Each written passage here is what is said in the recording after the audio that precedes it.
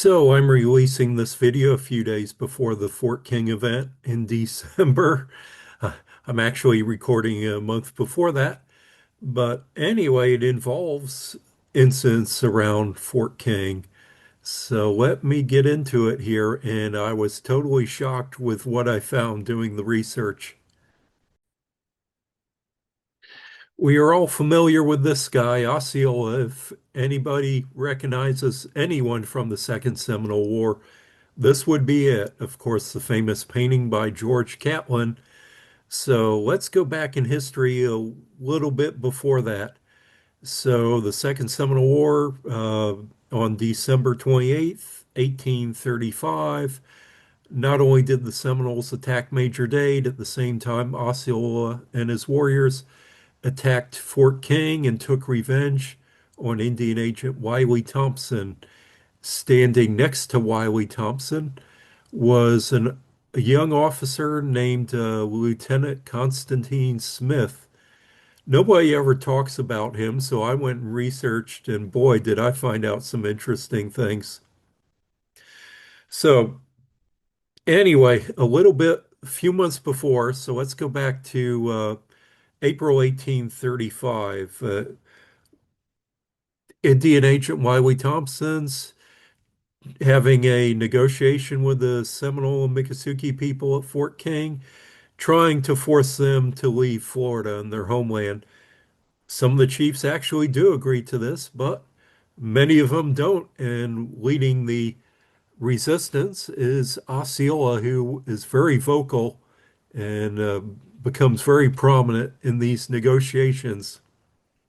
Well, about a month later, Osceola comes to Thompson's office, says this land belongs to the Seminoles, so Thompson, he better get up and leave. Tells him to go. At least wait, that's somewhat of what may have been discussed. We don't know what was really said. Thompson said that Osceola just showed up at his office and was very insulting to him. So he orders Colonel Alexander Fanning to put Osceola in irons and lock him up in the stockade, which he does. So we're now early June inside the stockade. It's pretty warm in there. Osceola's a prisoner for about a week until the other chiefs get together with Thompson and negotiate a release of Osceola. Now, of course, we know the white man's only as good as what they write down on the paper, which is no good at all. So Osceola says two can play at that game. I'll just agree to remove, get my release, and then he'll plan his revenge from that. But Thompson, he's really overjoyed with Osceola now agreeing to surrender, signing the paper that he'll surrender and bring all his people with him.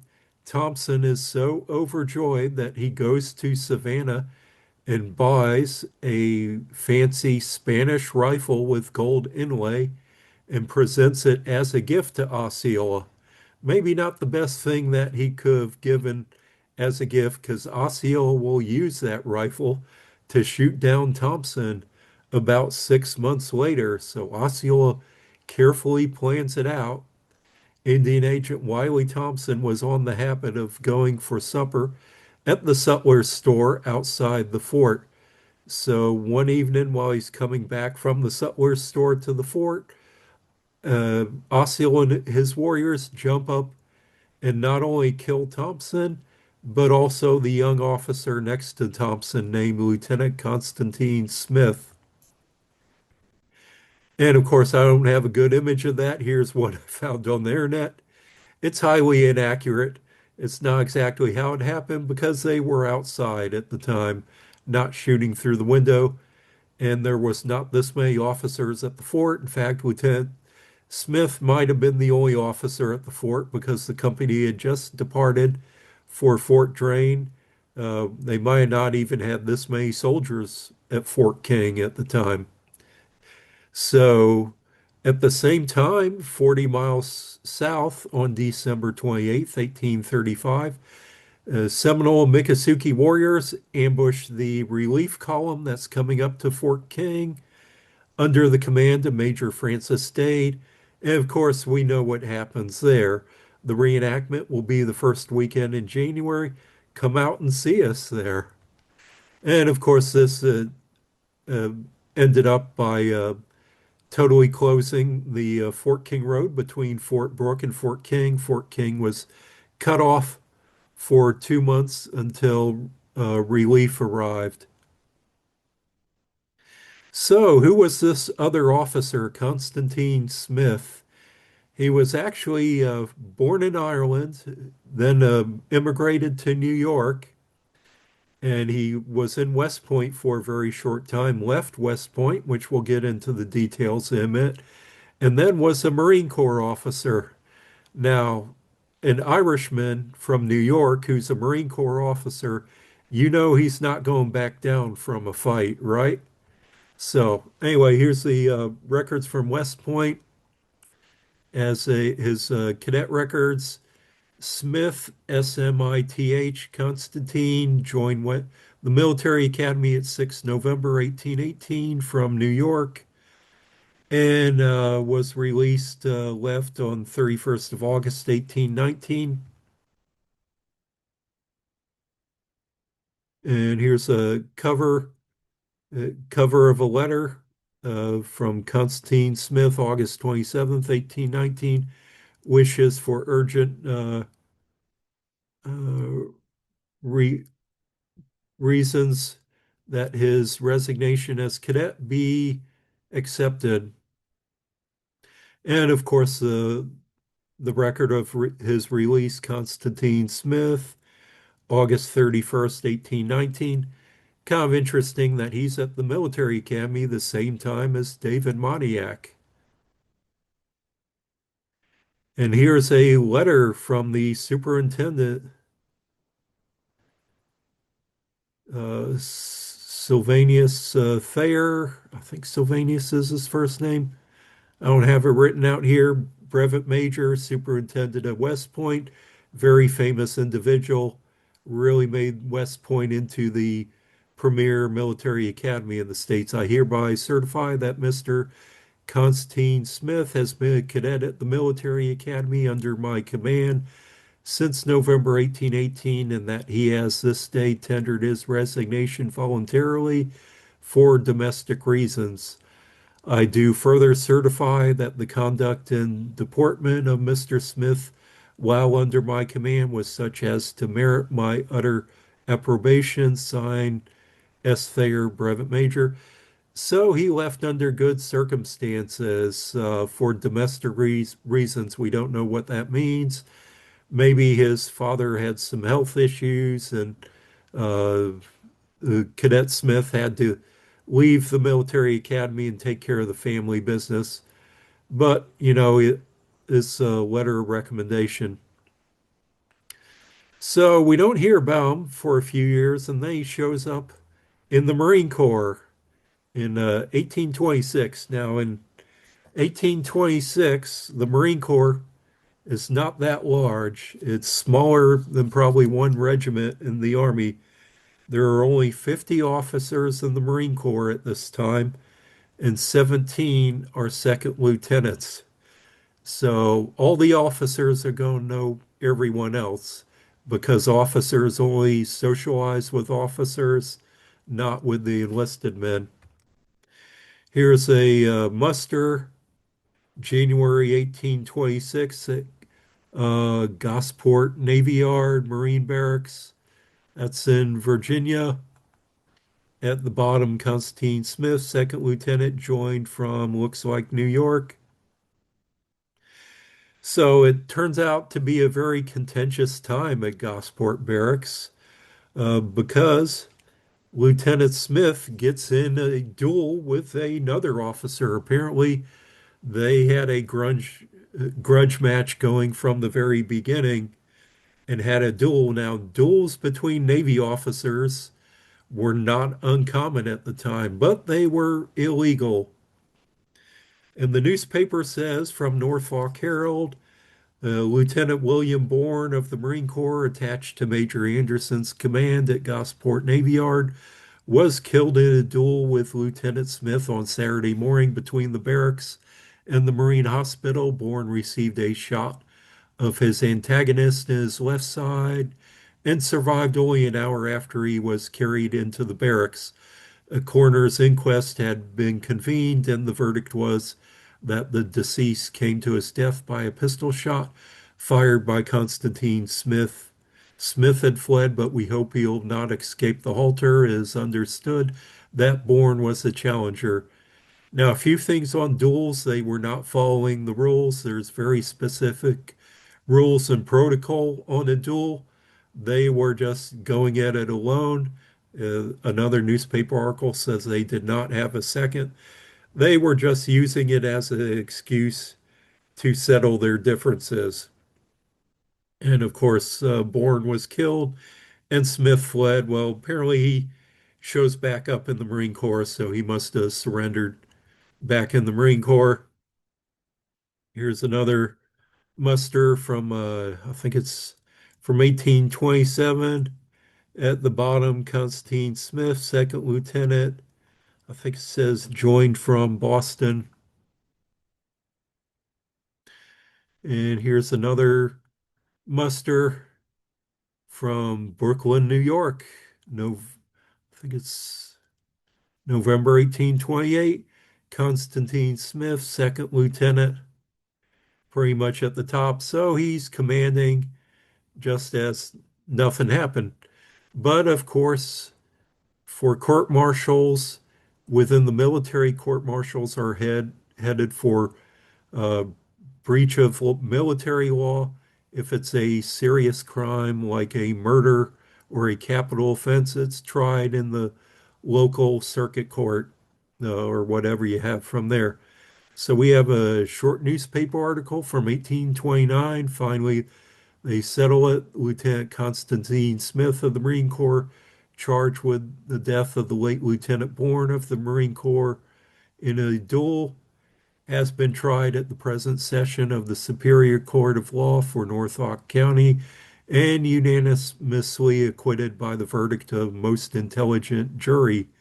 So apparently the jury agreed that Lieutenant Smith was defending his honor and that the challenge of Lieutenant Bourne was in the wrong for that. So, with the Marine Corps being so small and that many officers, maybe there's some that liked Lieutenant Bourne and were not going socialize with Lieutenant Smith.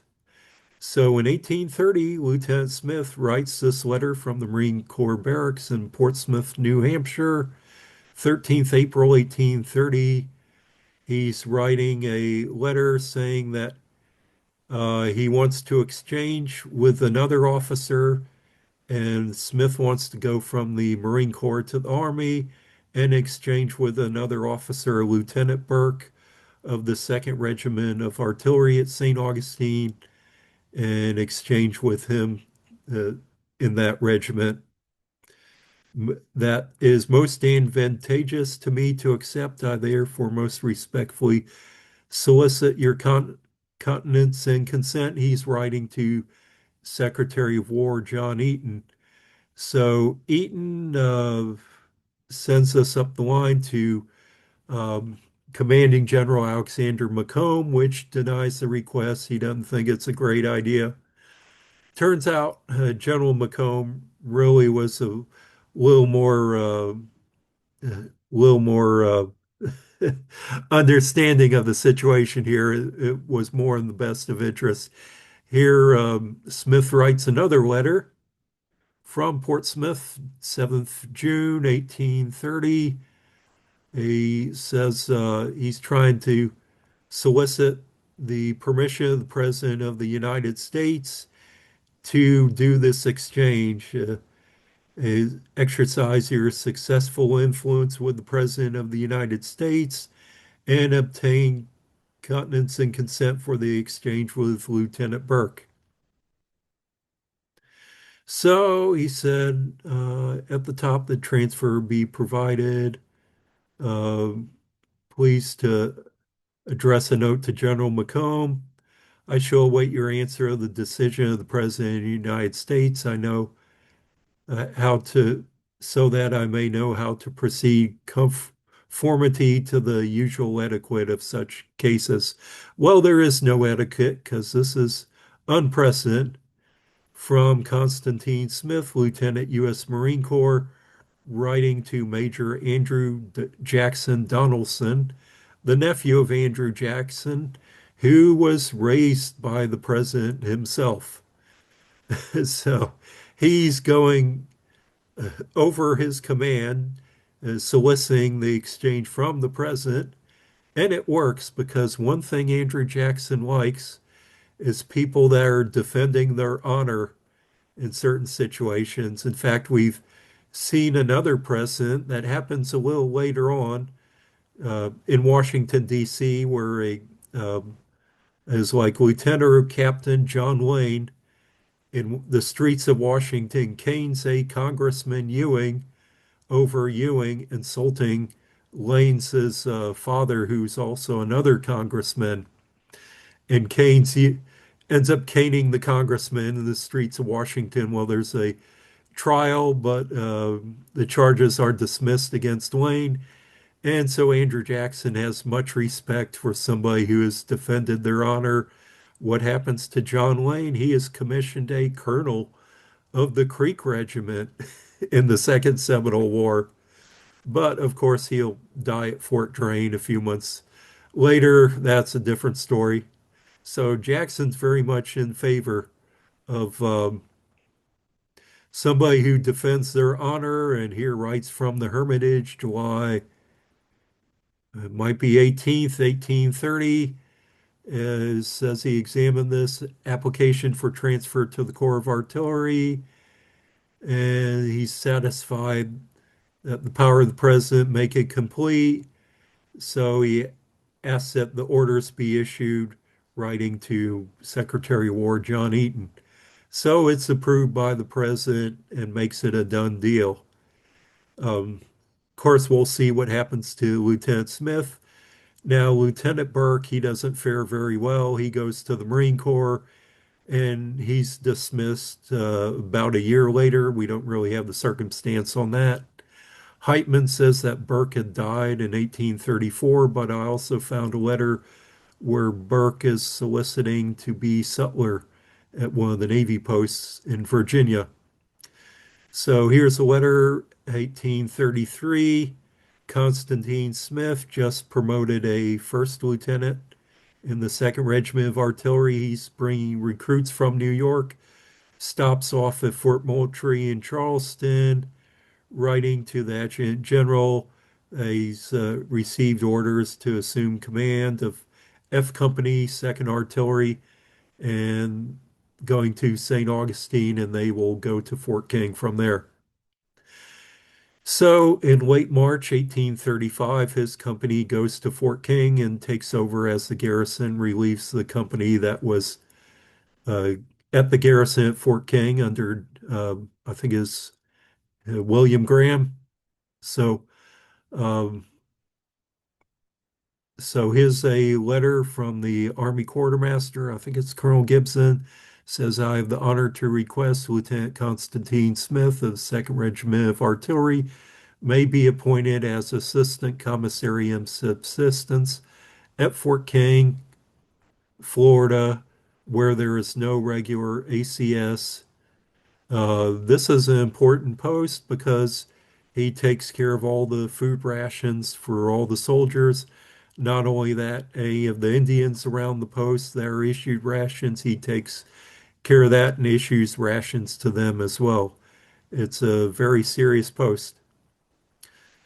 So Fort King, off and on commanding this district, is commanded by Lieutenant Colonel Alexander Fanning. He's writing to General Clinch in St. Augustine from Fort King, 8th of October, 1835. Says there we're all anxiously and seriously request me to address you particularly on the subject, express to you the conviction that our force is too small for active and successful operations. They have such a small force that they cannot do any military operations from Fort King. So Fort King's going to get reinforced. They're going to send four more companies up to the garrison from Tampa Bay, and they will be headed by Major Francis Dade. Of course, we know what happens to them.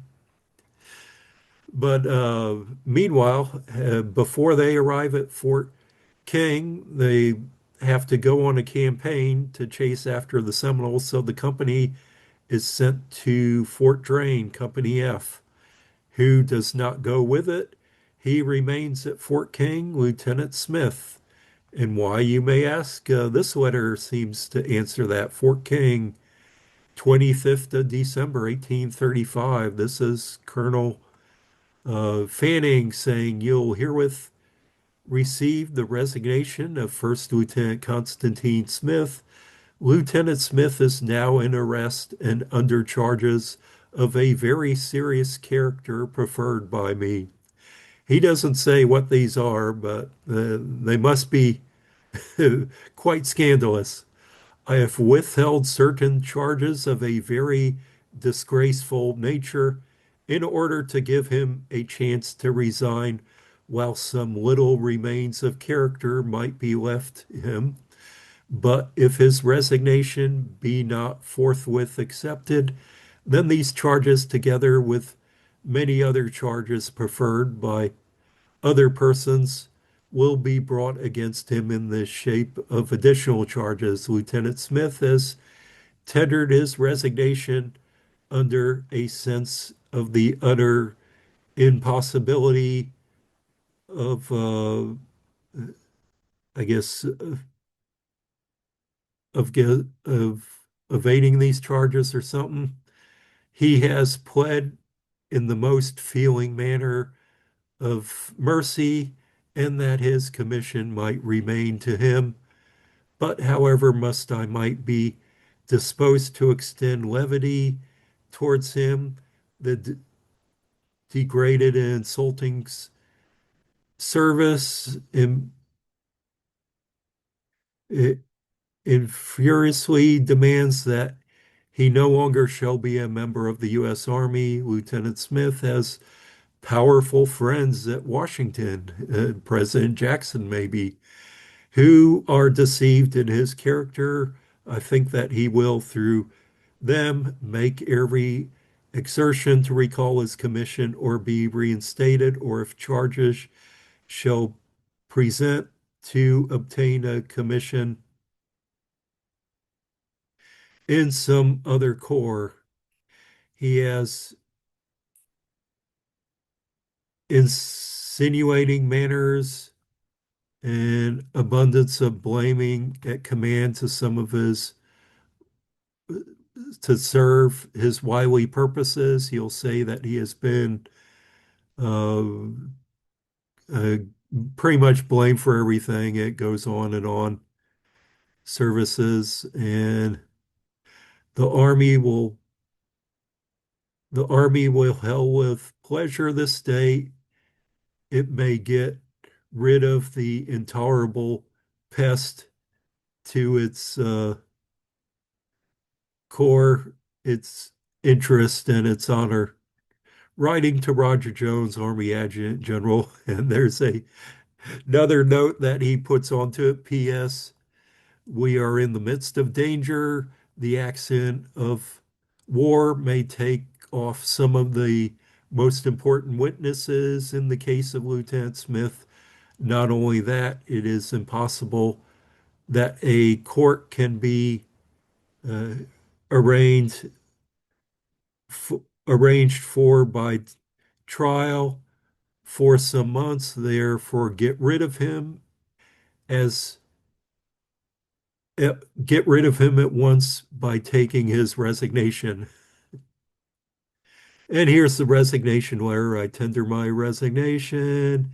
Take effect February 28th, writing to Lieutenant Colonel Fanning. The cover of that letter that's sent to the adjutant in Washington, December 24th, 1835. We know what's going to happen 4 days later. Constantine Smith, 2nd Regiment, tenders his resignation to effect 28th of February, 1836. And it's funny, General McComb writes underneath, February, hell, recommended to take effect January, 31st of January, 1836. And accepted under that January 13th, 1835. Of course, they don't know that he's dead by now. And orders issued January 15th, 1836 by Roger Jones, Army Adjutant General. And this letter resignation was found in Adjutant General letters under Colonel Fanning, not under Smith. So that's why nobody ever saw it before I stumbled on it.